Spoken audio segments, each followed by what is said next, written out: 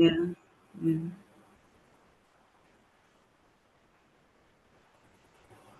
Okay. Hello, guys. Welcome to our weekly podcast where we talk about different things relating to the African market. And my name is Marianne. I must come start all over. Yeah, I'll start all over. You're doing good. Go ahead. Go again. Sorry. Okay. Hello guys, welcome to our weekly broadcast channel where we talk about a lot of Wait, stuff you're breaking related to up a the little. African Wait, talents. wait, And my name is Miriam Badmus. wait 1 I'm second. breaking up.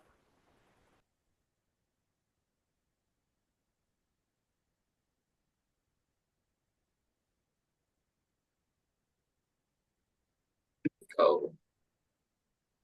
All right, everyone, welcome back to the podcast. It's so good to see everyone here. And thank you so much for joining us if you're looking at us from YouTube as well. So today we're going to talk about we're on the topic of, stand out or step aside. What makes you marketable in the job marketplace? And the reason we're doing that is because in the today's world, being different and standing out than is more important than ever in the job market. So we're in a situation where knowledge is widely accessible to everyone, and because of that, skill alone is no longer the differentiator, right? It has become common to have the skills, to do the job. But now people are asking for the extra the extra thing that makes you stand out. So today we're asking, our panelists, Victor and Parata, what really makes someone stand out? What makes you marketable? And so we're just so happen to open up the floor. And to start the conversation, I will begin with Parata, and see, when you look at the current freelance and remote job market, what do you think separates those who consistently get hired from those who don't? All right. Thank you so much, Dumebi. Please confirm you can hear me. Can't hear you. All right. Perfect. I mean, this is a great question, right? Because we are living in an era where even if five job roles are open in a company, it still becomes really hard to secure your place in it, even especially as a freelancer, right? Because you're not full-time staff, you're just passing through. I think one of the most important things to note, and it's something that we speak about more and more nowadays, right? Positioning yourself as a brand, right? Mm. Well, So you have to understand that it's not just about the skills. You're skilled, you're great, you have all this experience, but all of that doesn't really matter as much if you are not able to show how you are clearly the best fit for a role, right? And this shows up from step one of the application, from the cover letter you send, from the CV you send. The way we used to do it in the past is you had that one CV and then you send it out to a bunch of places. That does not work anymore. Nowadays, to separate yourself, it's important that you craft your CV looking at the position that you are applying for. So you can show them these skills that I have, this experience that I have is what makes me the perfect fit for this role over anybody else. That's one, right? Positioning yourself and not just relying on they'll see my skills, they'll see my experience. Another thing is having proof instead of just promising people that you're good. It's one thing to write in your cover letter, I'm great, I'm a great learner, I'm very creative. A lot of people want to see proof. Where is the evidence that you are very creative? And that's where we start to talk about things like portfolios, things that show sample work that you've done before.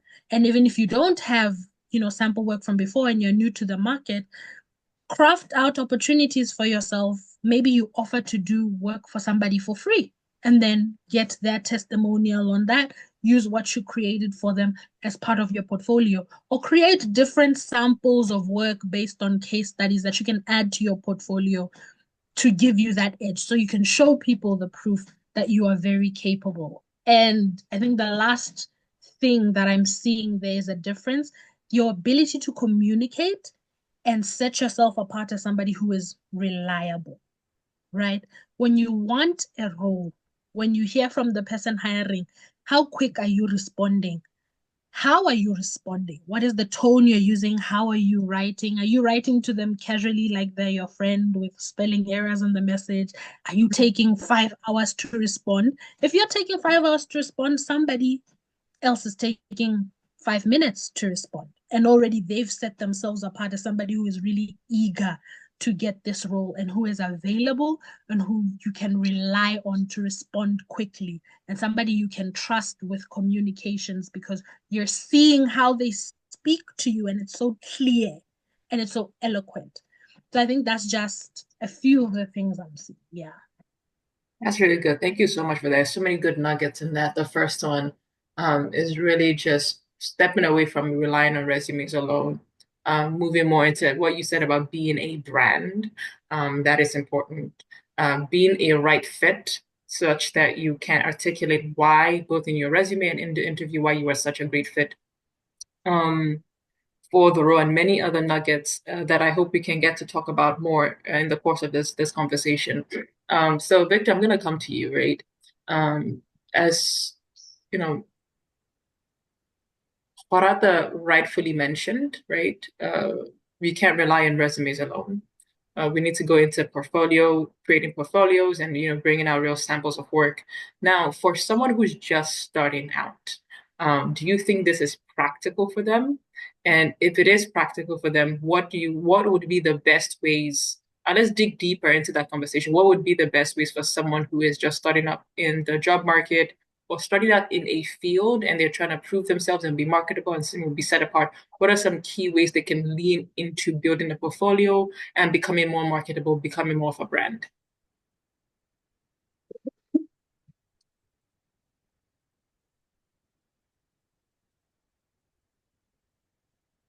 And that's great because I think, thank you so much for taking a minute to think. I will put that with the caveat of the African context of work that we find ourselves in. More about the ways things are done in Africa, using that as a context for how somebody can build their portfolio and things of that nature. Um, I would say the first thing is typically when we see people who want to get a job and say, "Hey, I'm looking for a remote job," and I ask them, "What have you done before? Let me see your resume. What are you doing now?" It's pretty clear that they haven't done much. I think my expectation oftentimes is for them to, at least for the people who come to Maratoa, has always been to go get your hands dirty a bit, right? So find. I know it's probably easier said than done, but I do think it's possible. Find something to get your hands on. It's either you're creating something or you find somebody who is creating something and join them, right? Learn, learn, learn. Don't focus too much on I want to be a virtual assistant. Like that's great. You could go that route, but if you're just starting, nobody wants to get a virtual assistant that just got a certificate 2 months ago and start paying them USD payments above maybe even $500. I wouldn't do that. I wouldn't recommend it to any of our clients, or for any role particularly. So don't. I see a lot of people who be like, "Oh, I got a so and so certificate." I don't want to mention those popular ones, and I'm like, okay, great. What is that supposed to mean? That you're competent? Like, yes, you have the training, but your hands are still very, very new, right? So you're still a blank page, really. So I would say go get your hands dirty. One of the things that I find has worked is just try everything possible, right?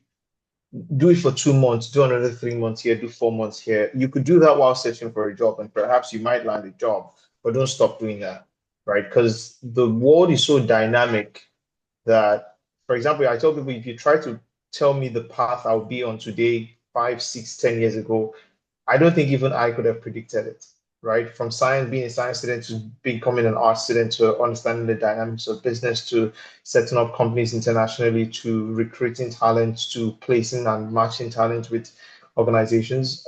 It's because I was able to try a lot of things. So I find that whether it's, oh, let's do recruitment today, or whether it's, hey, let's do operations, or whether it's, hey, let's structure this business, or whether it's, hey, let's figure out how do we get a client, I have some understanding of all of these components. So it makes me more valuable, makes me rough on the edges. So that's the path I typically recommend. You don't have to do everything, don't try to do too many things, but as many opportunities as you can find that are reasonable and feasible for you to engage in, try it out, learn something. Listen, even if you did something with, say you worked with a HR manager and you learn how HR processes work, you become a better applicant in the next over the period of your career than somebody who's never seen behind the scenes of what happens when applications go from LinkedIn to the recruiter's email, right? So that could be a plus. So when you're applying for jobs, that becomes an advantage.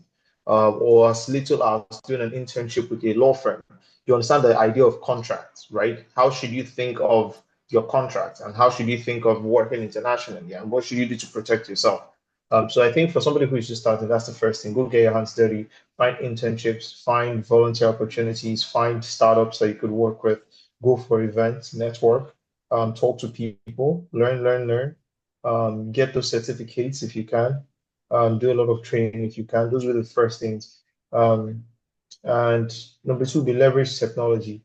You'll be surprised the number of people who think they're still new, but are actually not so new. So I've seen a few people who um, they have done some things, but it doesn't show on their resume. And I have to admit, I was one of those people. It took me time to realize that I was actually showing maybe only 60% of my capabilities. So I had to really sit down and then write every single thing that I know how to do that I have done, and then put it leverage technology in the sense that I have a ChatGPT profile now for my entire profile. So depending on what I'm looking to do, I can arrange my profile or my bio to reflect the competencies and the skills that match that that need or that project or whatever it is. So leverage technology. You don't have to begin to think of how to position your resume and all of that stuff. Go online, use ChatGPT, Gemini. There's so many tools right now. Go use them, and then try and see how you can leverage it to use the right words, use the right grammar, use the right positioning, like Horatio said. And then finally, you need a lot of luck. If you know how to pray well.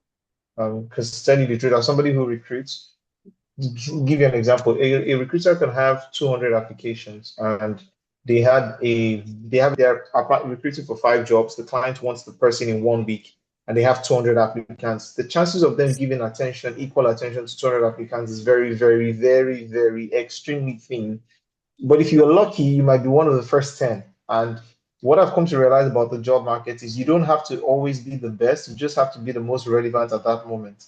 So if I have 200 applications and I look at 5 top applications and your own is top three, you're not the best, but you're top three. You're probably going to get a chance at an interview than somebody who is number 200 and I didn't get a chance to give them the attention, which is why a lot of people are using, a lot of recruitment agencies and companies now use ATS tools to check resumes. That's why I said number two is to leverage technology. Because after you've developed your resume, you want to put it in an ATS checker to see the score and your rating, right? And then you can also use it to compare against the job description. That gives you an advantage that if they use technology, you have a better chance of scaling past that phase so that somebody can actually see your profile. Again, remember I said you don't have to be the best, you have to just be the most relevant at that time. So if they have 200 applications and you're a newbie, they don't know that, number one. Number two, if they use the ATS checker and 80% of the people who apply don't use ATS or technology and they just use their brains or they didn't check it with an ATS tester, and they don't get through that phase, no recruiter is going to see their profile anyways. But if you Yep. manage to get into the 40% that scales through, that's maybe 40 CVs now. So out of 40 resumes, your chances have just gone from 1 out of 200 to 1 out of 40. Pick your battle, right? That would be my three pointers for whoever is listening to this. I love that. There are so many good nuggets in that. Big ups on leveraging technology because I think that is the one of the advantages that we have during this time, especially if you're not as exposed or you have enough networks. Really leaning into that can really give you some advantage to compete on the same level as someone who's probably within the same network, so has strong leverage in that area. Uh, One thing I want to, so I'm listening to what you're saying, and what comes to mind, or the question that I then have is, um,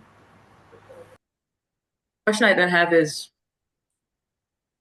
and Parat, I'll ask you this, right? So, you get to interview a lot of people from Aratua and get to see new applicants, people who have applied many times, all the whole range of individuals. Uh, what do you think are some mindset blockers that stop people from going the extra mile? Because I imagine that there are people who might know that they can build a profile, but they just feel either I'm trying to understand what do you think are some, and we can get into skills and things you should do, but for the person who's listening, what are some mindset things, that challenges that you think these people are dealing with? And if you want to offer solutions to that, I'd like to hear that too. But I really want us to profile the kinds of people who are very new and probably are not doing all the things Victor said they should be doing. Hmm. I mean, I think that's a really good question, right? What are some things that are stopping people from doing all those things, from, leveraging technology and all those things Victor said? It's hard to tell because people are so different and the circumstances are so different. One of them could be just people don't know. I think especially we see it in because we interview all ages of people. So anyone from somebody who is fresh out of high school, somebody who's fresh out of college, to somebody who has been working in a particular sector for 30 years. And now they're looking to shift into a different sector. One of the things we see is people don't really take the time to learn what the current job market is like and what people are looking for in the current job market. Hmm. So, and this is a personal thing because I think there's so much access. That's one of the advantages of technology and social media. The number of times I have scrolled through Instagram and a video has been about how to stand out in an interview, how to make your resume stand out. Like the resources are there. I just think some people aren't taking the time to look for these resources, to search them out, to go for them. You do one thing once and you think, okay, I'm fine. You wrote your resume one time 5 years ago. You're like, it's great. It's well Right. put together. I used it to get a job 5 years ago. That means it's fine now. The way resumes look 5 years ago, I can tell you, is different from the way resumes look now. 10 years ago, a lot of us weren't even hearing about this need to tailor your resumes to particular jobs. You just thought a resume was a resume, you go with it.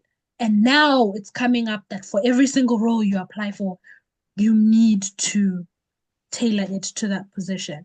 So I think that's thing number one. People are not really making an effort to learn what the new job market is like and what are some new things that they should be incorporating, what are new skills that they should be learning.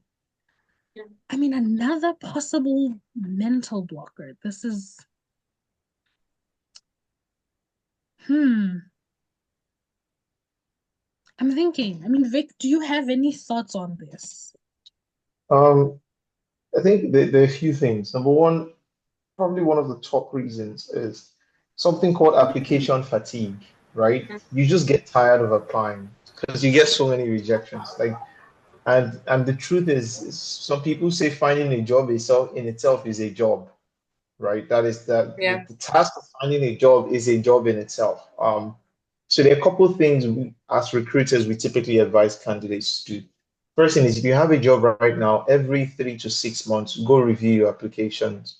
Go apply for jobs, right? Even if you're not going to take the job, just put in your application, get a feel of the market so that you're never at a point where you're so far away from what's happening and you're so fatigued after two applications, right? That's one. So I tell people all the time, like, listen, even if you have a job now, just because the world is moving so fast, it's not necessarily because you're going to lose your job or anything, but opportunities might just come. Your interest might change. So, for example, I could be a single person right now having a job that allows me to work more than 40 hours a week, gives me a lot of travel time. So every 2 weeks, I'm out of the country. I'm traveling between countries, right? And I'm working different time zones. And then I get married and then I have a kid. So I'm looking for stability. My job isn't bad, but now I need stability. How do you then transition at that point, right? Or say, I have a life experience that changes my perspective on life and I want to spend more time with family. Or I changed my experience and I'm like, you know what, I'm so tired of moving around so much and I want some level of focus and stability on my side projects, or I want to start a business myself. Any of those reasons, it could be anything.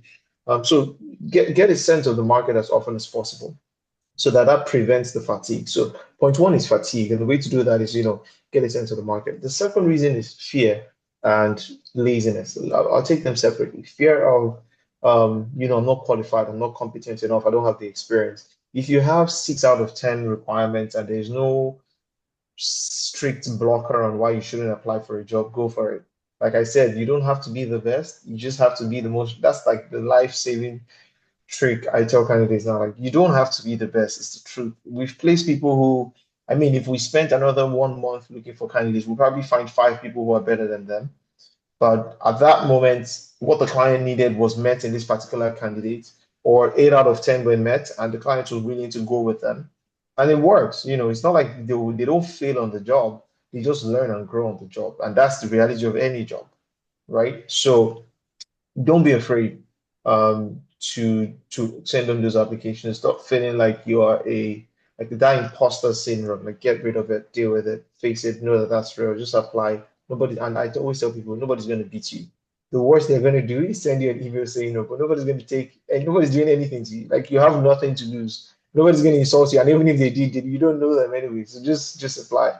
And then finally, laziness. I think Harita already touched on this, but just naming it, I would name it laziness in the sense that sometimes candidates get very lazy. They don't want to tweak their resume, they don't want to do the cover letter, and sometimes the job application itself is so exhausting that you just find yourself being lazy about it. Because some jobs are like, for example, let's use a LinkedIn. You go on LinkedIn, there's something called Easy Apply. So you could just easily click a few buttons, type in a few words, application is submitted. But then there are cases where you have to click on apply, and then it takes you to a website, and the website is asking you to fill everything on your resume. And you're just like, I don't want to do this because the chances of even getting in are not guaranteed. So it's lazy. But then if you have to find a job and that's what you have to do, you have to do it, right? Unfortunately, you have to do it. I'm glad that a lot of recruiting agencies are steering away from having people repeat their resumes in their applications, and they just go straight to asking fewer questions, which is helpful for candidates. But yes, I would say laziness, and like Horace said, in ignorance. Like, people are not very exposed. A lot of people, especially in the African continent, like, a lot of people don't realize. And I tell candidates, I tell people, everybody who cares to listen, you could be on the African continent and you could earn in foreign currency and work remotely comfortably and have a clear career path. You don't necessarily have to go to an office every day. Like, it's a possibility, it's a reality that exists. And I think we like what we're doing at Marathon is it advocating and educating with platforms like this on the possibilities that exist so that we can deal with that barrier of ignorance. But yes, to recap again would be, laziness, going from the bottom, laziness, fear, and the application fatigue. Those would be the top three things I would say are some reasons why people don't go the extra mile for those things. And then the Thank you so fear much of for that. not Yeah. I might not get the job, so that's another thing. Like, people are afraid I'm not going to get the job because of so many applications. So fatigue and fear sometimes combine to form like this mighty mountain that you then have to deal with mentally. Yeah. Um, Thank you so much for that. I think we covered some really great things. I think the reason we thought it was best to go into that line of thought is because we're talking to people who are different lines of the spectrum who are probably super diligent and others who are not, and it's good for them to be able to place themselves where they are and see what they need. On this part, I'm going to turn over to ask Miriam a question. Did not forget you, and the reason I want to bring Miriam up is because at Moratua, we are a lean team, but we've had the opportunity to work with a couple of folks, right? And Miriam really is here because she stands out as a highlight to us, and her ability to execute and to really be a team player. So really just asking Miriam, when you were when you were doing job applications and whatnot, what was if you were able to give us your mindset, what were you thinking? What was your approach to maybe when we emailed you, right? And when we reached out, where were you mentally and who did you believe, or how did you position yourself to get the roles that you got, particularly now with Morachua?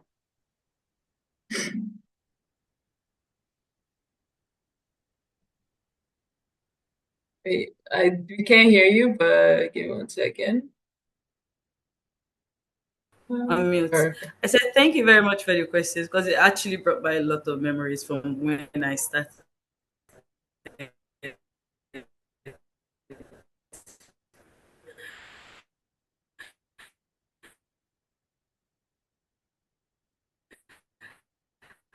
We cannot because hear I can you. remember vividly well. So maybe I should kind of like say I was at NYC. I was in. Hello, Okay, now we can hear is you. it Now we better can now? see Can you you hear moving. me? Better. It's better, yes. Okay, so my network.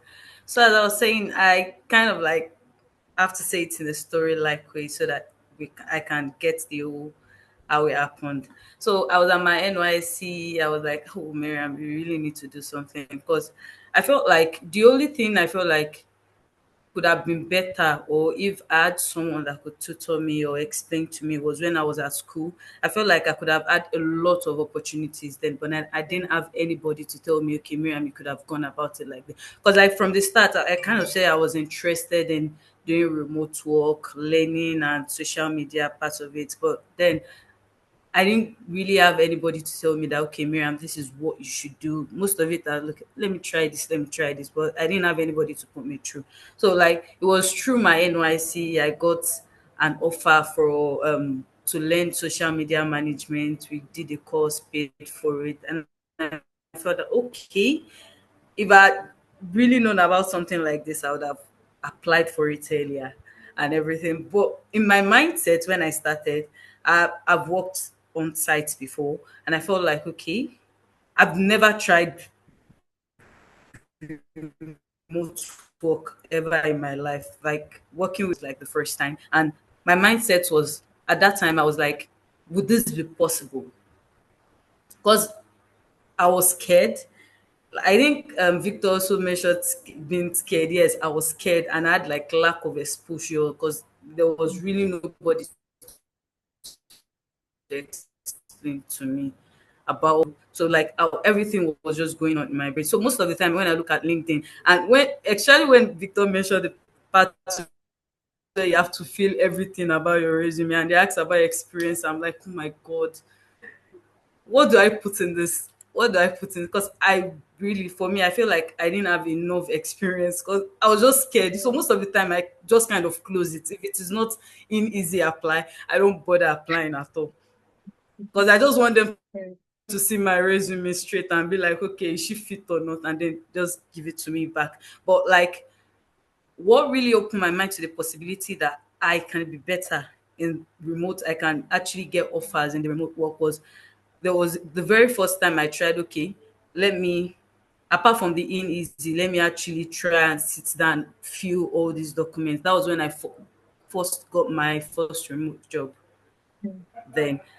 was like I was like, wow, okay, this thing can really work. It can work. Then from then I got through LinkedIn, I got someone to really mentor me about. We did like virtual class and it really mentor. He actually helped me at that time. And he mentored me about everything that had to do with social media. We didn't finish the class, but like I kind of like got the scope from there, then took some courses. Until now, I'm always like taking courses. I have to like continue learning and learning because the world is changing and things are changing also.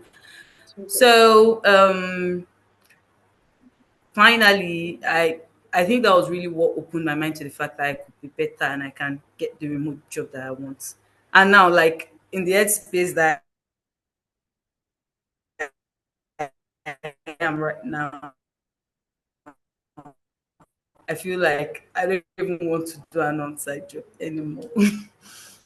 I don't want it anymore. I prefer. Oh my god, let me talk. If you can hear me, just We so can hear now I'm you. Yeah, like yeah. I don't want an on-site job. Yeah, okay, I don't want an on-site job anymore. I have to do a remote job.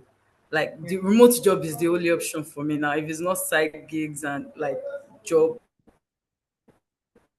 I don't want it anymore because I'm just enjoying it.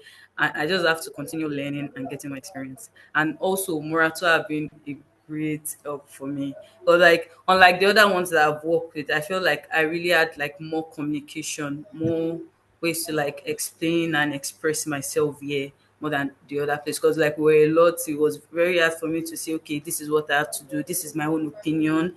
This is what I feel like we should do. But for me, yeah, like I've just been expressing myself a whole lot more, and I feel like it's helping me grow as a person.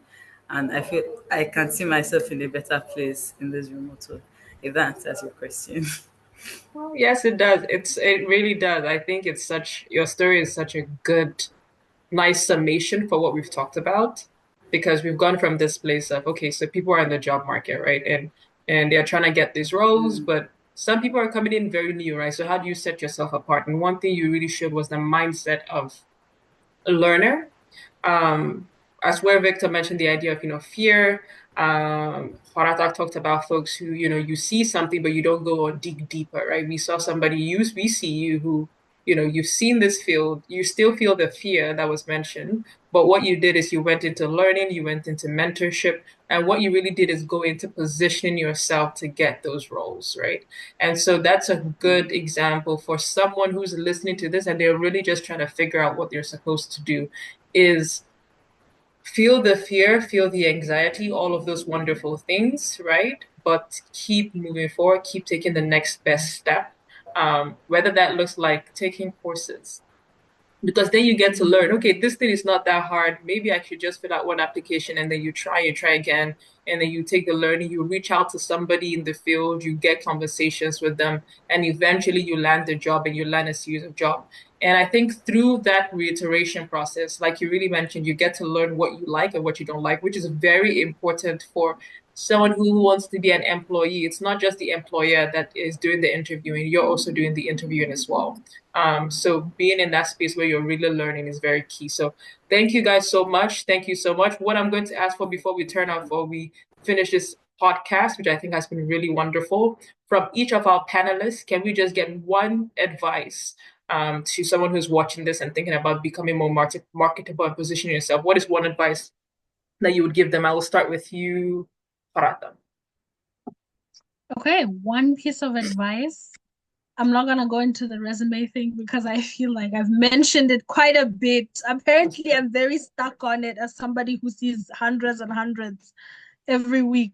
But one thing I'm gonna say, starting today, start building what we call your living portfolio, which is essentially an ongoing portfolio where you collect the projects you've done, the testimonials you've had, all the things that you've been involved in that show what you're capable of. And this is testimonies from your boss, from your colleagues, from your clients, because these come in handy in two ways, not just when you're approaching new clients, but they're also really handy for combating that imposter syndrome that Victor mentioned earlier, because they are what show you that you are capable of doing more than you think you are. So start building that today.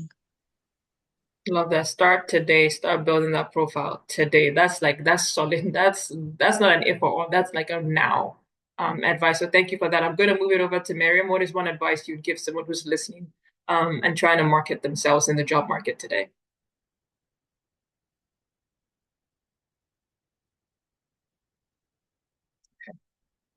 While we wait for Miriam, I am going to pivot over to Victor. One advice you want to give someone who's listening in and trying to present themselves as marketable and a good fit for the job market? Um, Keep showing up every day, Mm. right? Show up every day, find stuff that are posted every 24 hours, read every day, study every day, question every day, just show up every day consistently. And I think you have a better chance of landing a job that you actually like and is that works for you at that rate than if you were doing just parse efforts. Thank you for that. And Miriam, are you back with us? Okay, perfect. What is one advice Okay, you can so give to someone who's okay, Matt.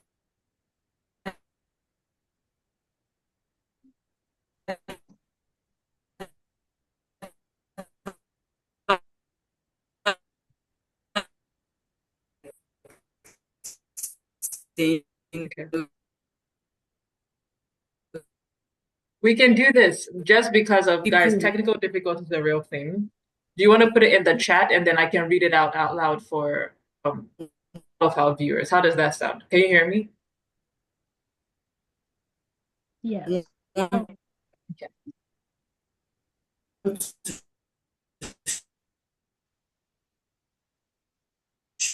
to want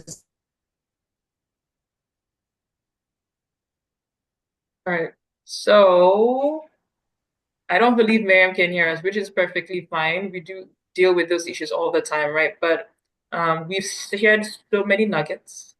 I think this was a great session of both practical building as well as mental guiding as well, which I think is wonderful for anyone who's listening in.